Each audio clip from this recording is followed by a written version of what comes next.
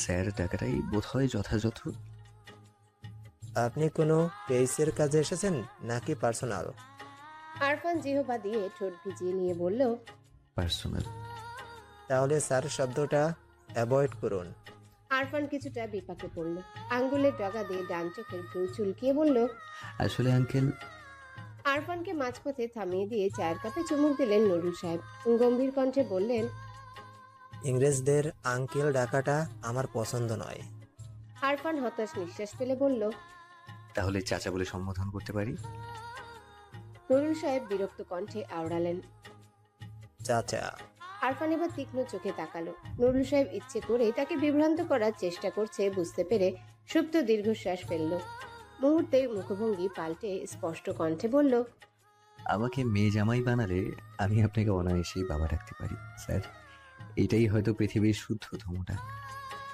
নুরুল সাহেব ভ্রু কুঁচকে তাকালেন। আরফানের এমন অপ্রত্যাশিত উত্তরে কিছুটা হোঁচট খেলেন। বেশ কিছুক্ষণ সময় নিয়ে বললেন। আপনি আপনি আপনি বলছেন কেন? আমি তো আপনার মক্কেল নই। কথার মাঝে বাধা পাওয়ায় থমকালেন তিনি। কুঞ্চিত ভ্রুজোড়া আরো খানিকটা কুঁচকে আরফানের দিকে তাকালেন। পর মুহূর্তে হেসে ফেলে বললেন। আমার কথায় আমায় আমার কথা আমায় ফিরিয়ে দিলে? Good, very good. তবে আমি তোমার উত্তরগুলো অন্যরকম আশা করেছিলাম। বেয়াদবির জন্য সরি স্যার। নুরুল সাহেব অমায়িক হাসলেন। বেয়ারাকে 2 কাপ চা দিতে বলে কথা এগুলেন। তোমার মা আমাদের বাসায় সিবি পাঠিয়েছেন জানো? কি জানি। তাহলে হঠাৎ আমাদের সাথে দেখা করার কারণ? নম্রতার জেদ? আরফান হাসলো। নুরুল সাহেব আরফানকে চা নিতে ইশারা করে বললেন। আমার স্ত্রী বলে আমি আমার মেয়েদের বিগড়ে ফেলেছি। কথাটা পুরোপুরি মিথ্যে নয়। আমার মেয়েগুলো পুরো স্বাধীন চেতা, একরোখা জেদি। আমি কখনো তাদের ডানা কাটিনি, বরং উড়তে দিয়েছি, উড়তে শিখিয়েছি। আমার এই বিগড়ে যাওয়া মেয়ের জন্য পাঞ্চুয়াল, ম্যাচিউর এবং রেসপন্সিবল একজন লাইফ পার্টনার প্রয়োজন, যে আমার মতো তাকে বুঝবে, ডানা কেটে ঘরে বসিয়ে না রেখে উড়তে দিবে। কি মনে হয় আমার বিগড়ানো মেয়েটাকে সামলাতে পারবে? আরফান ঠোঁটের কোণে হাসি ধরে রেখে বলল। নম্রতার সাথে আমার পরিচয়টাই হয়েছিল তার চূড়ান্ত অবাধ্যতার বয়সে। কলেজ পড়ুয়া জেদি অগোছালো কিশোরী ছিল তখন। আমি তাকে ওভাবে ভেবেই অভ্যস্ত। তাকে কখনো শান্ত চুপচাপ মানিয়ে নেওয়া ধরনের মেয়ে হিসেবে কল্পনাই করিনি। আমার দৃঢ় বিশ্বাস আমি তাকে যতটা ভালো রাখতে পারবো অন্য কেউ পারবে না। নুরুল সাহেব জবাব না দিয়ে চুপ করে চেয়ে রইলেন। আরফানের আত্মবিশ্বাসী কথাবার্তা, ব্যক্তিত্ব তীক্ষ্ণ দৃষ্টিতে খেয়াল করলেন। তারপর প্রসঙ্গ পাল্টে বললেন। ডাক্তার হিসেবে তোমাকে আমার খুব পছন্দ হয়েছে। গত মাস থেকে শরীরটা বেশ ঝরঝরে লাগছে। আজকাল চোখেও দেখছি ঠিকঠাক। বাসার সামনে দাঁড়িয়ে কেউ হাই হ্যালো করলে স্পষ্ট দেখতে খুব একটা সমস্যা হবে বলে মনে হয় না। আরফান হেসে ফেলল। প্রসঙ্গটা সম্পূর্ণ এড়িয়ে গিয়ে বলল। মা এসেছেন আমার সাথে, বাইরে অপেক্ষা করছেন, তিনি আপনার সাথে কথা বলতে চান। নুরুল সাহেব অবাক হলেন। ব্যস্ত হয়ে বললেন। সে কি? কোথায়? বাইরে বসিয়ে রেখেছো কেন? দেখো তাকে। এটুকু বলে নিজেই বেয়ারাকে ডেকে বাইরে থাকা ভদ্রমহিলাকে ভেতরে আসতে বললেন। কিছুক্ষণের মাঝেই কালো ডোরা কাটা সাদা শাড়ি পরিহিতা এক ভদ্রমহিলা দরজায় এসে দাঁড়ালেন। নুরুল সাহেব উঠে দাঁড়িয়ে তাকে অভ্যর্থনা জানাতে অমায়িক হাসলেন ভদ্রমহিলা। দরজা থেকে হেঁটে ভেতর পর্যন্ত আসতেই প্রকাশ পেল তার তীক্ষ্ণ ব্যক্তিত্ববোধ। নুরুল সাহেবের দিকে চেয়ে অমায়িক হেসে বললেন। অসময়ে বিরক্ত করার জন্য মাফ করবেন ভাই সাহেব। কি করি বলুন তো? আপনাদের মেয়ে নিতে চাই। যাদের বুক থেকে জান্নাতের নূর নিতে চলেছি, তাদেরকে কি ঘটকের হাতে নিমন্ত্রণ পাঠালে চলে? ভদ্রমহিলার আন্তরিক মিষ্টি কণ্ঠে মোহচ্ছন্ন হয়ে পড়লেন নুরুল সাহেব। মুহূর্তে সিদ্ধান্ত নিয়ে নিলেন নম্রতার বিয়েটা তিনি দিবেন। নম্রতা রাজি না থাকলেও দিবেন। এমন একটা ছায়া, এমন একটা মায়ের লোভ আদৌ হাতছাড়া করা যায় না, কখনোই না। দুপুর গড়াতেই ভার্সিটি থেকে বেরিয়ে এলো নম্রতার বন্ধুরা। অন্তু নীরাকে নিয়ে বাইকে উঠতে টিএসসির দিকে হাঁটা দিল নাদিম, নম্রতা, ছোঁয়া। অন্তু আনিরা চোখের আড়াল হতেই দৌড়ে এসে নাদিমের পাশ ঘেঁষে দাঁড়ালো নম্রতা। নাদিমের বাহুতে জোরে সোরে একটা চর বসিয়ে গদগদ কণ্ঠে বলল। আমি তোকে বলেছিলাম না একমাত্র রঞ্জনই পারবে অন্তর মাথায় সুবুদ্ধি ঢোকাতে। দেখেছিস, মিলে গেল তো। নাদিমের অপর পাশে পাশাপাশি হাঁটছিল ছোঁয়া। নম্রতার কথা শুনে বেশ কৌতূহল নিয়ে পাশ ঘেঁষে দাঁড়ালো সে। সামনের দিকে ঝুঁকে পড়ে বলল, কেন? অন্তর মাঝে কি হয়েছিল আবার? What is it? নম্রতা বেশ উৎসাহ নিয়ে বিষয়টা বুঝাতে নিতেই শটান দাঁড়িয়ে পড়ল নাদিম। ভীষণ চোটপাট দেখিয়ে বলল, এই ইংরেজের বাচ্চা চুপ। শাল্যের উপরে পইরা বর্তা বানায় জিগাইতেছিস ওয়াজ হি সিক? এই তোরা দূরে যেয়ে কারা 2 পাশ থেকে 4 পা স্যান্ডউইচ বানিয়ে ফেলতেছিস আমারে, সর। ছোঁয়া চশমা ঠিক করে একটু সরে দাঁড়ালো, কপাল কুঁচকে বলল, Fuel? What is fuel, Nomo? নম্রতা কণ্ঠে গাম্ভীর্য আনার চেষ্টা করে বলল, শৈল অর্থ দেহ, যাহাকে অঙ্গ বলে তাহাই হইল শৈল। বুঝেছ? ছোঁয়া কি বুঝলো বোঝা গেল না। কয়েক সেকেন্ড চুপ থেকে বলল, পরশু আমার বিয়ে, তোরা আসবি না? নাদিম চায়ের দোকানের বেঞ্চিতে পা ছড়িয়ে বসে বলল, তোগো সাত আর বিয়ে যাই না। তুই বলদে মিলে হাম্বা হাম্বা করবি, ওখানে আমাকে মতো মানুষের কি কাম? ছোঁয়া চোখ রাঙিয়ে তাকালো, রাগ নিয়ে বলল, চুপ, থার্ড ক্লাস ওয়ার্ড আমার সামনে বলবি না। তোর থার্ড ক্লাস পার্সোনালিটির জন্য মামাম তোকে একদম সহ্য করতে পারে না। Try to grieve other respect. ছোঁয়ার কথায় তেরে আসতে নিতেই থামিয়ে দিল নম্রতা। মামাকে 3 কাপ চা দিতে বলে নাদিমের পাশে বেঞ্চে গিয়ে বসলো। কপাল কুঁচকে বলল, 2 সপ্তাহ পর সেমিস্টার ফাইনাল পরীক্ষা, তাও আবার লাস্ট সেমিস্টার। বিয়েটা 2-3 মাস পরে করলেও তো পারিস। তোর মা এত তাড়াহুড়ো কেন করছে বুঝলাম না। বর তোর ভেগে যাচ্ছে না? আরে অস্ট্রেলিয়ান মাল তো টোটাল হাইব্রিড গরু, কখন উস্টা খাইয়া মইরা যায় গ্যারান্টি নেই। খেয়াল লাইগা এত তাড়াহুড়ো ঠিক কইছি না সুয়াইয়া? কথাটা বলে ছোঁয়ার মাথায় চাটি মারল নাদিম। ছোঁয়া নাদিমের বাহুতে 2টা থাপ্পড় দিয়ে সরে গেল।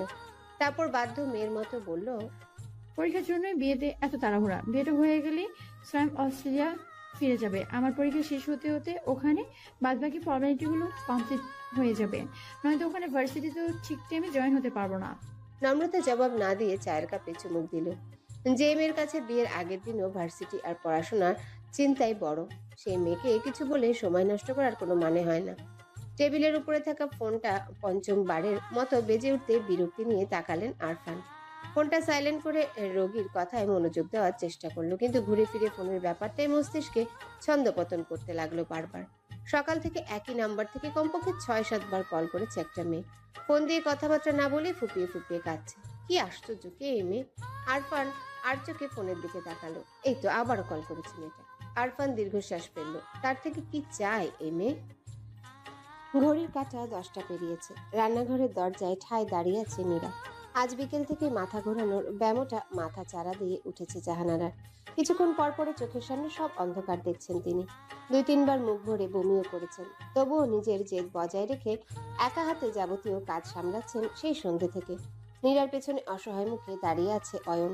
কিছুক্ষণ পরে টেলিভিশনে দুর্দান্ত ক্রিকেট ম্যাচ টেলিকাস্ট হবে। মাকে এই অবস্থায় রেখে টেলিভিশন অন করা ঠিক হবে কিনা বুঝতে পারছে না অয়ন। নীরা মিনমিন করে বলল, আপনার শরীর খারাপ মা, আপনি ছাড়ুন, আমি করছি। জাহানারা জবাব দিল না। ফ্যাকাশে চোখ মুখ নিয়ে পানির কল খুলে হাঁড়ি পাতিল ধোয়ায় মনোযোগ দিল। জাহানারা গম্ভীর মুখভঙ্গি দেখে আরো একবার অনুরোধ করার সাহস পেল না নীরা। বেশ কিছুক্ষণ পর ধৈর্যহারা হয়ে শোবার ঘর থেকে বেরিয়ে এলেন আনিসুল সাহেব। তাকে রান্নাঘরের দরজার কাছে আসতে দেখে নিজেকে আরো একটু গুটিয়ে নিল নীরা। ব্যস্তভাবে মাথায় আঁচল টেনে নতমুখে দাঁড়িয়ে রইল এক কোণায়। আনিসুল সাহেব রাগত কণ্ঠে ধমকে বলে ওঠেন, রাখো তুমি এসব। ছেলেদের জন্য বউ খেটেছো, আর দরকার নাই। কামাই করে বেঁধে বেড়ে খেতে পারলে খাবে, নয়তো খাবে না। তুমি কেন কাজ করবা সারাদিন? আমি রোজগার করি না? ছেলে ছেলে করে মরে যাও। কোথায় এখন তোমার ছেলে? মাঝ রাতেও বাড়ি ফেরার নাম নেই। বিয়ে করে বহু শেয়ানা হয়ে গিয়েছে আজকাল। আনিসুল সাহেব ধমকাধমকির মাঝে বাড়ি ফিরল অন্তু। ক্লান্তিতে শরীরটা ভেঙে আসছে তার। রাত 9টা পর্যন্ত ভার্সিটি লাইব্রেরিতে পড়াশোনা সেরে নাদিমের সাথে 2 কাপ চা আর সিগারেট ধরিয়েছিল অন্তু। বন্ধুর সাথে পারিপার্শ্বিক আলাপচারিতায় চোখের পলকে কেটে গিয়েছে দীর্ঘ 1 ঘন্টা। 10টার দিকে রওনা হয়ে পৌঁছাতে পৌঁছাতে বাজলো 11টা। সারাদিনের অভুক্ত শরীরে সিগারেট খাওয়ার পাক দিয়ে ধরেছে পাকস্থলী নিম্নভাগ।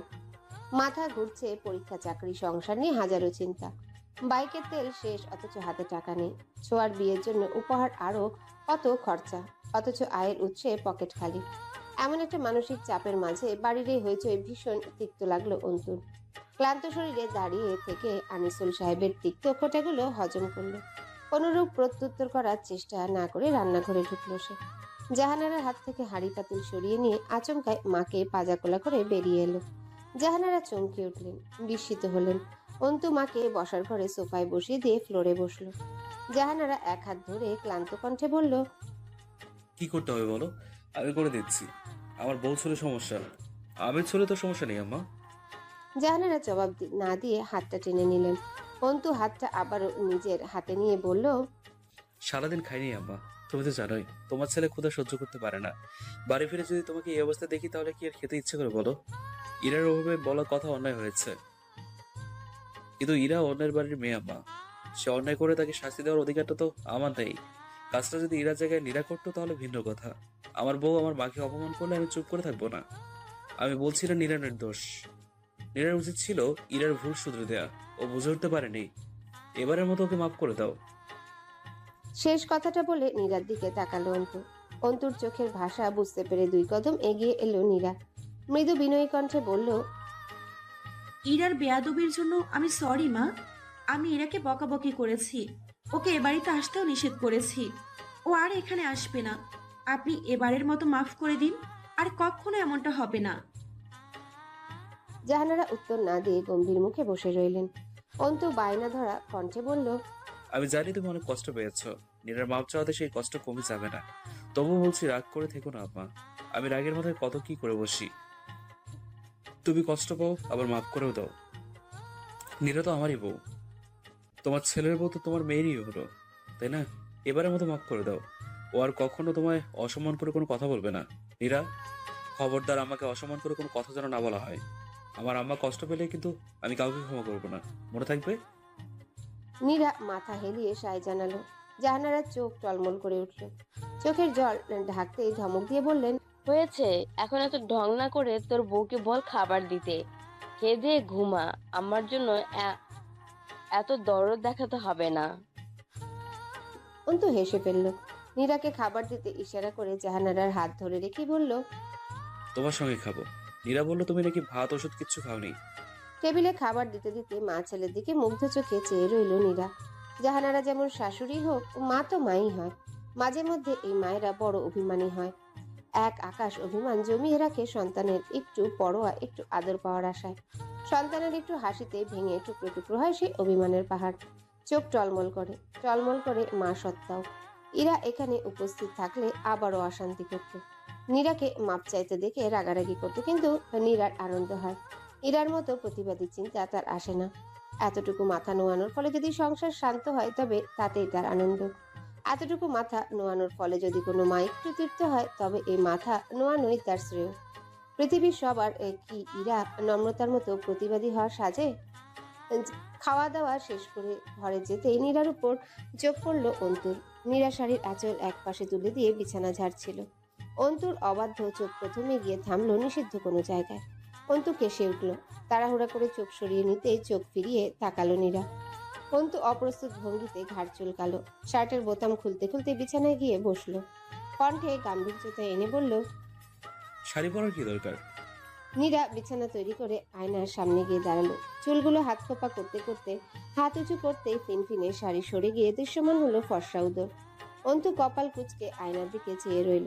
আয়নার ভেতর দিয়ে চোখে চোখ পড়ল। নীরা অপ্রস্তুত কণ্ঠে বলল, মা বলেছে। অন্তু চোখ সরিয়ে নিল। শার্ট পাল্টে বিছানায় আসতেই ডাকলো নীরা। অন্তু চোখে মুখে জিজ্ঞাসা নিয়ে বলল। হুম। নীরা কয়েক সেকেন্ড চুপ করে রইল। বহু দ্বিধাদ্বন্দ্বে ভুগে অসহায় চোখে তাকালো। অন্তু টি শার্টের উপরের বোতাম খুলে কলারটা একটু ঠেলে দিয়ে আনমনে বলল, কি বলো? নীরা চোখ আটকালো অন্তুর বুকে। পেটানো শরীরে লোমশ বুক আর শ্যামবর্ণ গলদেশের দিকে চেয়ে আচমকাই বলে উঠল, ভালোবাসি। জীবনে প্রথমবার এত কসরত, এত আকাঙ্ক্ষা, এত অপেক্ষার পর নীরার বলা কথাটা ঠিক বিশ্বাস হলো না অন্তুর। অমনোযোগী অন্তু চট করে মনোযোগী হয়ে উঠল। চোখ তুলে নীরার দিকে চেয়ে চোখ ছোট ছোট করে প্রশ্ন করলেন। কি? চোখ তুলে নীরার দিকে চেয়ে চোখ ছোট ছোট করে প্রশ্ন করলো। নীরার চোখ টলমল করছে। টলমল চোখে তার আবেদনময়ী চাহনি। সেই সর্বনাশা চাহনির দিকে চেয়ে বুক শুকিয়ে এলো অন্তুর। অবাধ্য চোখ দুটো জোরপূর্বক নেমে এলো অর্ধাঙ্গীর লতানো দেহে। পর মুহূর্তে চোখ সরিয়ে নিয়ে লম্বালম্বিভাবে শুয়ে পড়ল অন্তু। ধরফর করা বুক নিয়ে কপাল কুঁচকালো, কপালে ডান হাত রেখে চোখ বন্ধ করলো। ক্লান্ত কণ্ঠে বলল, কাল কথা বলি। প্রচন্ড মাথা ব্যথা করছে, ঘুমাবো। আলোটা নিভিয়ে দিলে ভালো হয়। রাত প্রায় 2টো। রাতের নিজস্ব ঝিমঝিম শব্দ ভরে উঠেছে চারপাশে। খাবার ঘরে গ্লাসে পানি ঢাললো কেউ। বাবার রুমের ক্যাটক্যাট প্যান্টা বিশ্রী শব্দ দিচ্ছে।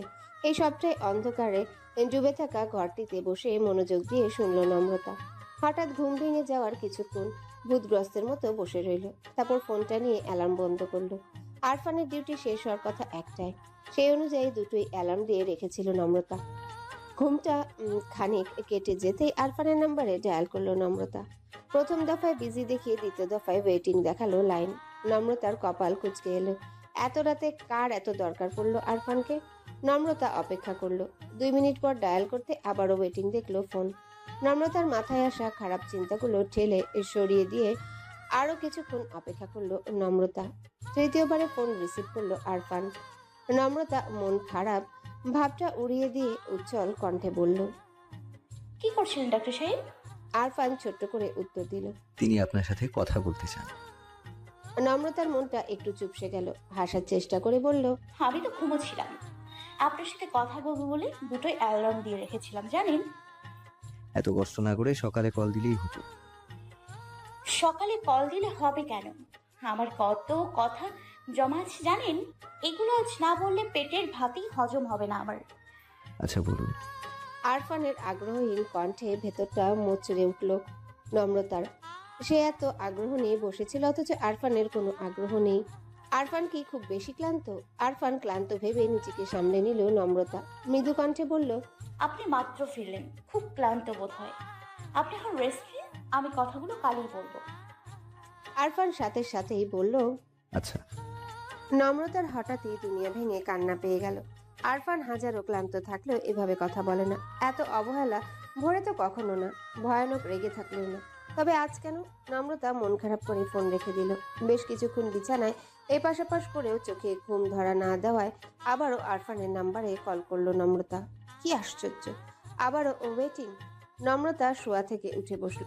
অনুভূতি শূন্য চোখে চেয়ে রইল তারাহীন অন্ধকার আকাশে। বেশ কিছুক্ষণ পর আবারও কল করলো নম্রতা। এবার সিম বন্ধ। নম্রতার মস্তিষ্কে হঠাৎই একটা অদ্ভুত প্রশ্ন জাগলো। আরফান কি তার কলে বিরক্ত হয়ে ফোন বন্ধ করলো? নম্রতা কি খুব বিরক্ত করে তাকে? কই, আরফান তো কখনো বলেনি। নম্রতা ফোনটা দূরে ছুঁড়ে ফেলে বিছানায় গা এলালো। চোখ দিয়ে জল গড়িয়ে পড়তে আবারও এক বিষাক্ত ভাবনা উকি দিয়ে গেল মাথায়। এত রাতে কার সাথে কথা বলছিল আরফান? নম্রতা মনে প্রাণে ভাবতে লাগলো, নিশ্চয়ই কোনো ফ্রেন্ড অথবা হসপিটালের কোনো কলে ছিল আরফান। ফোনে ওয়েটিং থাকা কোনো বড় ব্যাপার না, প্রয়োজন তো থাকতেই পারে। পর মুহূর্তেই কুটিল মস্তিষ্ক প্রশ্ন ছুড়ল, এত রাতে আরফানের ফোনে ফ্রেন্ডের কি কাজ? কি এত কথা যে এতবার কল দিতে হয়? নম্রতার মাথা ঘোরাতে লাগলো। নিজের চিন্তাকে যথাসম্ভব ইতিবাচক করার চেষ্টা চালালো। ইস, একটা ঘুমের ওষুধ খেলে বেশ হতো। পূর্বাকাশ যখন সিঁদুর রঙে রাঙা হলো, ভোরের বাতাস আলোড়িত করে বেজে উঠল প্রার্থনায় নিমজ্জিত হওয়ার আহ্বান।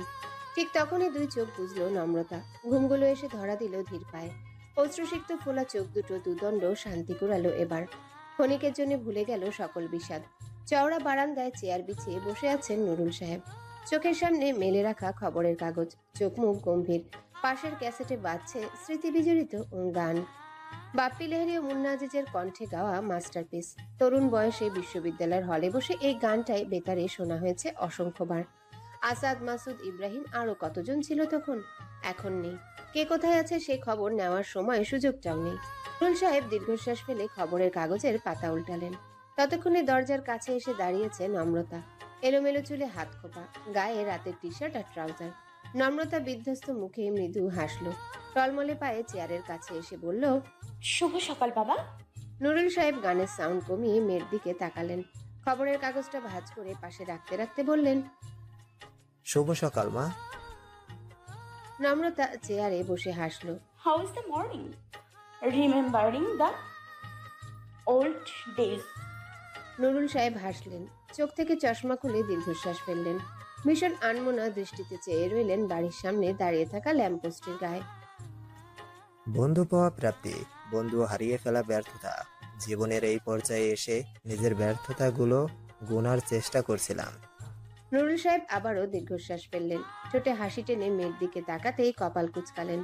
উদ্বিগ্ন কণ্ঠে বললেন, কিন্তু তোর এই অবস্থা কেন? চোখ মুখ খোলা লাগছে। ঠিক আছিস মা? নম্রতা হাসার চেষ্টা করলো, চেষ্টা সফল হলো না। নিজের চেয়ারটা বাবার পাশাপাশি রেখে বলল, তোমায় একটু জড়িয়ে ধরবো বাবা, আমার ঘুম হচ্ছে না। নুরুল সাহেবের উদ্বেগ বাড়ল। মেয়েকে বুকে টেনে নিয়ে আলতো হাত বুলিয়ে দিলেন মাথায়। মেয়েকে এই বিষয়ে কোনো প্রশ্ন করলেন না। চুলে বিলি কাটতে কাটতে শুধু বললেন, বাবা তোকে খুব ভালোবাসে মা। জীবনের যে কোনো পরিস্থিতিতে বাবা তোকে ভালোবাসবে। নম্রতা চোখ বন্ধ করে বুক ভরে শ্বাস নিল। বাবাকে দুই হাতে আঁকড়ে ধরে বিড়বিড় করে বলল, you are the best father in the. Hello বন্ধুরা, পরবর্তী পার্ট খুব তাড়াতাড়ি আসবে, তো সবাই অপেক্ষায় থাকো। আর চ্যানেলটি যারা এখনো সাবস্ক্রাইব করনি তারা পরবর্তী পার্ট দেখার জন্য চ্যানেলটি সাবস্ক্রাইব করে রেখো। ধন্যবাদ সবাইকে, আমাদের সাথেই থেকো।